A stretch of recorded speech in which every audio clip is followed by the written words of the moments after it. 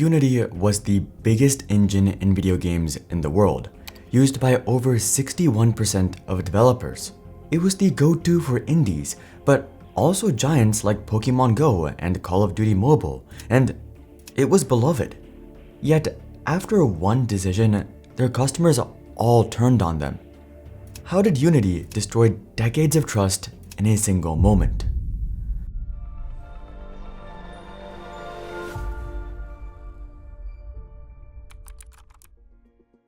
The strangest part of all of this is how unexpected it was.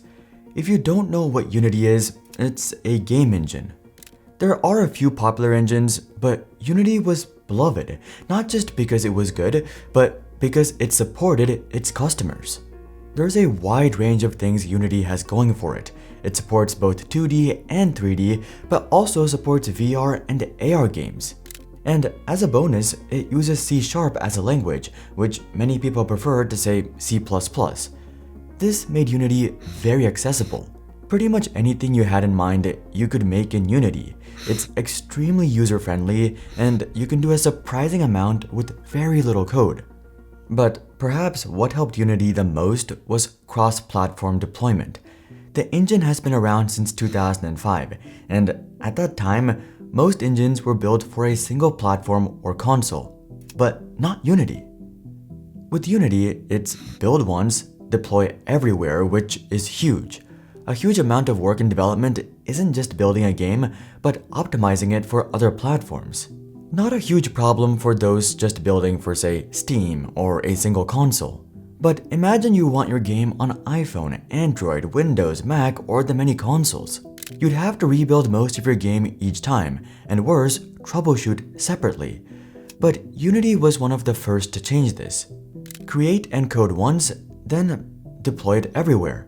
Of course, it isn't magic and you still have to tweak and optimize your game for each platform, but Unity helped make cross-platform games a reality. This is less of a selling point now, as other engines like Unreal can also do this, but Unity was one of the first, and this caused something else. Possibly the best part about Unity was the support. Not only is the asset store gigantic, but there's a huge abundance of tutorials and guides on just about anything you'd ever need. Building a game is much more than just sitting and writing code. If you have an idea but don't know how to execute, you'll likely go seek out tutorials or guides, and Unity had lots of them. The community around Unity was unmatched, yet it still gets better, which brings us to the pricing. For the vast majority of users, Unity was free. That's right, free. Those earning under $200,000 a year were able to use a personal license, and those above paid a premium price per seat, about $185 a month or $3,000 a year. But those were only for the top earners. If you wanted to try learning Unity and making games, you could. It was the perfect funnel, and it helped Unity become the standard. Yet, behind the scenes, there was a problem. Unity's revenue was growing, but their income not so much. Unity was losing money, and lots of it. In 2021, Unity lost $530 million. Then in 2022, that grew to $880 million. What was going on? Even stranger was that as Unity made more revenue, they lost more money. Why was Unity losing so much money?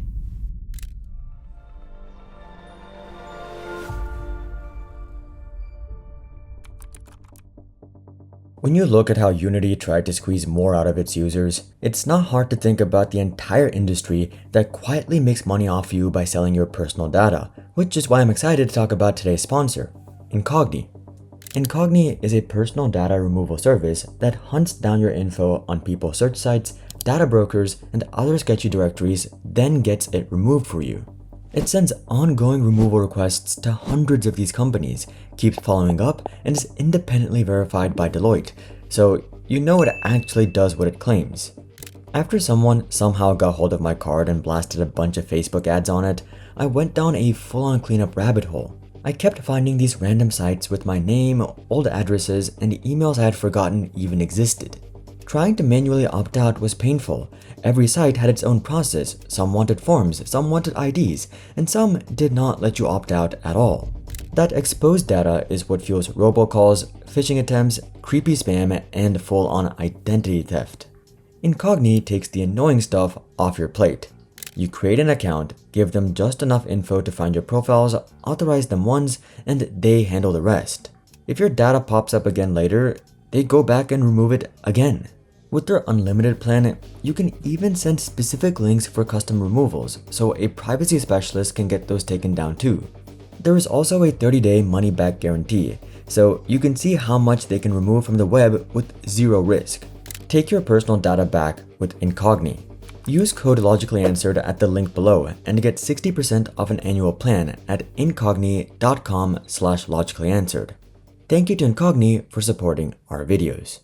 It may look like Unity was dying, but that's not the full story. Unity was trying to scale rapidly. They had a massive vision, and much of that came from their CEO, John Riccitiello. In 2021, Unity acquired Weta Digital's Tech Tools division for $1.625 billion. This was the New Zealand studio that helped create Avatar, Marvel films, Game of Thrones, and of course, Lord of the Rings. They also began hiring rapidly and pouring millions into R&D. They shifted their focus from just games to everything. Not just tools, but analytics, Unity ads, SDKs, cloud hosting, all kinds of new divisions to make money. So, what was their plan? In their 2021 earnings release, John said, "We believe that the transition from linear 2D to interactive real-time 3D presents a massive growth opportunity for the next decades." In short, Unity wanted to expand outwards and dominate not just games, but the whole ecosystem. An engine for filmmaking, games, AR, and VR. This made sense given that another giant engine, Unreal, was being used for filmmaking as well. But Unity was still losing money. And their CEO didn't say next years, he said decades. It would take a while to see returns. So to achieve their grand vision, they needed a new source of revenue, or rather, a way to increase existing revenue. And that brings us back to video games. Unity realized their core audience was undermonetized, at least to a certain extent. Their competitor, Unreal, moved to a royalty model in 2015, requiring 5% on gross revenue if your product passes $1 million in revenue. Unity, on the other hand, was largely fixed. Whether a developer did just okay or amazing didn't really change the amount Unity got. So they decided to change it. On September 12, 2023, Unity made a drastic change to their pricing, the runtime fee. Starting on January 1, 2024, if a developer's product crossed $200,000 in revenue and 200,000 installs, Unity would charge 20 cents per game install. This model was very unusual, and to everyone, a huge shock. Why would Unity do this? Unity said that this was to better balance the value exchange. "We want to make more money so that we can continue to invest in the engine," they said. Yet this strange model had all kinds of problems.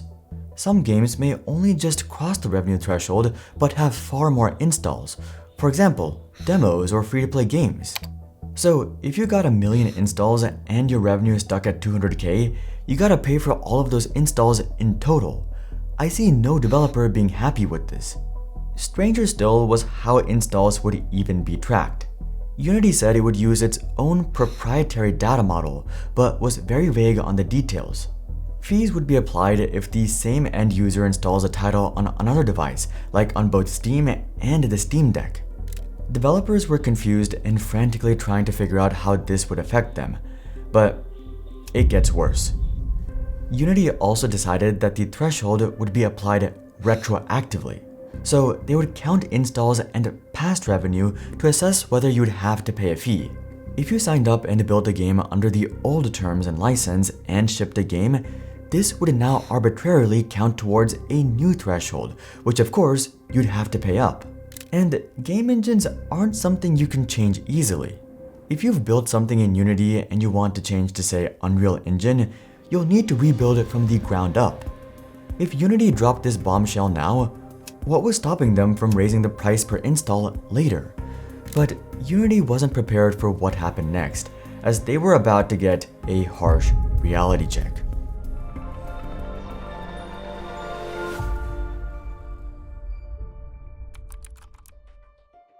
Forums, communities, and social media everywhere began to blow up. Developers were panicking, angry, confused, and trying to make sense of this change.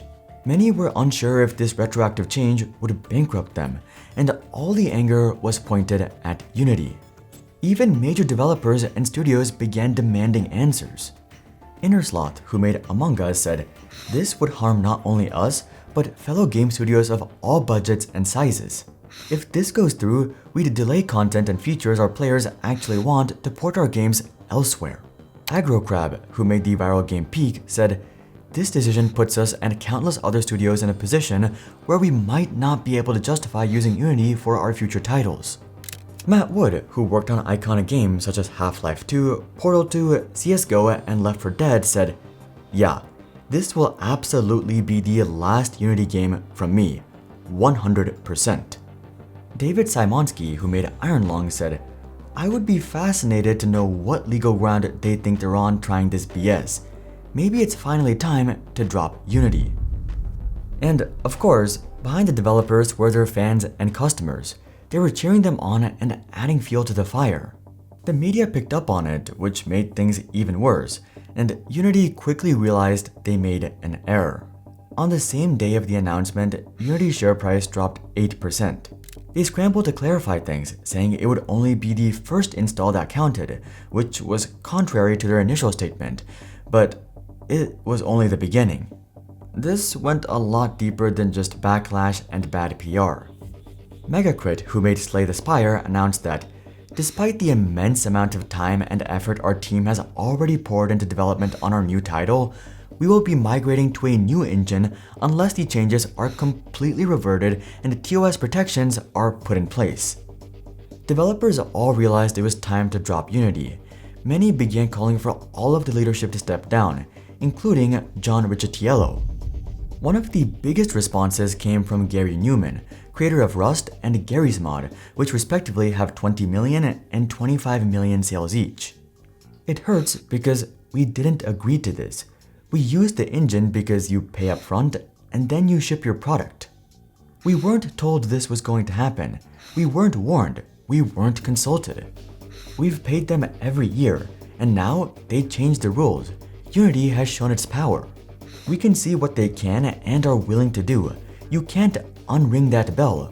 Rust 2 definitely won't be a Unity game." Unity's biggest, highest paying customers were all leaving. Just 10 days since the announcement, Unity had lost 19% of its value. And in a panic, they went into damage control. Unity then walked back parts of the plan, saying that no game with less than $1 million in annual revenue will be subject to the fee. But it was too little, too late. Interest in other engines like Godot and Unreal were spiking. It was an exodus from Unity. Then, at last, John Riccitiello, CEO and board chairman, announced his immediate resignation. But Unity wouldn't turn a corner for a while. In the aftermath, Unity's revenue began to decline for the first time in years. In January 2024, the company cut 25% of staff, or about 1,800 jobs, the biggest layoff they've ever done. It was a company reset, according to the interim CEO. Then, later that year, Unity completely scrapped the runtime fee pricing and returned to a seat-based subscription model.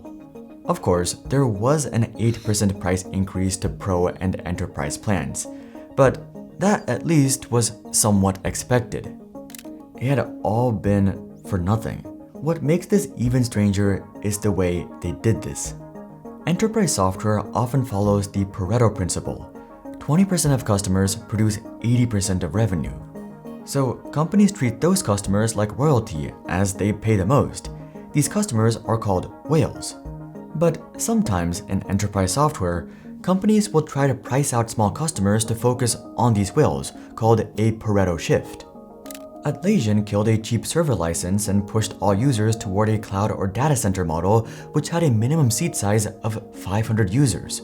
Google Maps changed their API integration so small websites and hobbyists couldn't afford it. Slack changed their free model, so instead of storing the past 10,000 messages, it was only 90 days to push teams towards premium. But Unity did something a bit different. Instead of cutting low-value customers who cost you lots of overhead and catering to whales, they vastly priced up their already successful customers. So those whales were squeezed harder while small developers were essentially unaffected. Unity themselves said this: only 10% of developers would be affected, but that 10% is part of the 20% who are making 80% of the revenue, and now they're leaving. Unlike Unity, this channel is growing. We're working towards 1 million subscribers. If you've found value from our videos but haven't subscribed yet, I would really appreciate it if you did. Unity broke the biggest rule of business: don't annoy your biggest customers. Adobe is also learning this lesson the hard way. Check out this video to learn more, but until then, I'm Hari and I'll see you guys on the next one.